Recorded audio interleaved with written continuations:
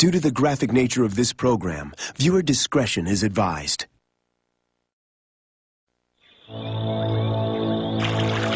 Of all the behaviors in the animal world that demonstrate thinking, most are considered positive. But as humans have shown, some of the most sophisticated thinking can result in devastating violence. This may also be the case in the wild, where chimpanzees can band together in deadly attacks on their fellow primates. They definitely have the ability and the potential to be extremely violent and use some military tactics.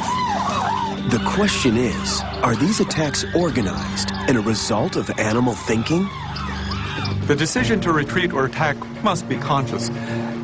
The fascinating question is, are individual chimpanzees aware that the other chimpanzees are making the same decision? Anthropologist David Watts has spent the last 13 years filming and observing primates at Ngogo in the wilds of Kabale National Park, Uganda. The community there turns out to be by far the largest that anyone has found in the wild, with now over 150 chimpanzees. It's well known that chimpanzees have one of the highest capacities for thinking among animals. A chimpanzee brain weighs almost 15 ounces. It's about 1.5 ounces more than a newborn human's. Nearly 96% of their DNA is the same as humans, although some of the biggest differences are in brain development. Their complex social alliances and strategizing show a very sophisticated level of thought. Chimpanzee communities are led by an alpha male. Males vie for dominance and form complicated, frequently changing alliances in order to move up the hierarchy. Many, if not all of them, put a lot of effort into trying to achieve the highest status that they can. Like many animals, chimpanzees are fiercely territorial.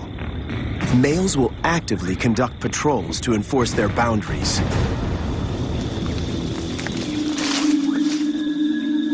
Normally, male chimpanzees are noisy. When they're patrolling, they're silent. They often go in a file, and sometimes they stop and sit silently and intently listen. And if they get any sign of other chimpanzee, they get excited, but they still don't make noise. Chimpanzees can inflict extreme violence on a member of an outside community, but an attack on an adult member of the same community is so unheard of that anthropologists only had one on record.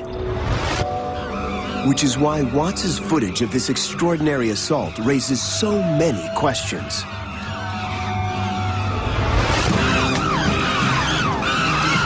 Hearing screams, Watts caught up to an attack in progress. A gang of males pummeling a fellow community member whom researchers called Grappelli. The following incident is graphic. Several males immobilized him, and others were biting him, kicking him, hitting him. At one point, the chimpanzees pause, and it seems they might let Grappelli go. Another adult male was literally holding his arm and had the opportunity to let go, but instead he deliberately turned and bit Grappelli, and they resumed the attack. The assault continues for several more minutes before Grappelli escapes into a tree. Now another male chimp known as Hare, who has only been watching, takes extraordinary action. Hare climbed up a tree next to him, got very close, and stayed there. A couple of other males who had been involved in the attack started to climb up towards Grappelli, and Hare defended him. Hare is not a close ally of Grappelli's, but he is a high-ranking male, important to the chimpanzee community. I could imagine that Hare was thinking this should not be happening. He might even have wanted to intervene and try to stop the attack, but I think that would have been too dangerous. More than 30 minutes pass before Grappelli finally descends. He begins limping away from the community towards isolation. Except that Hare went with him. Again, quite remarkable. As if he was interested, he was concerned. And I think there was empathy between Hare and Grappelli. Grappelli was mortally wounded, and 3 days later, he would be found dead. Watts isn't sure if the attack was spontaneous or chillingly calculated, but he saw one clue in the character of Grappelli. Grappelli seemed to have the wrong combination of personality skills. That is, ambitious, a rival to some of these males, but not doing a good job of cultivating any of them as allies. I think that they might simply have gotten rid of a rival. Perhaps another clue lies in the chronic violence of a close relative to these primates, humans. One of the other mammals in which groups of males cooperatively engage in attacks on members of other groups is humans. And what chimpanzee males do looks rather disturbingly like that kind of behavior in our own species.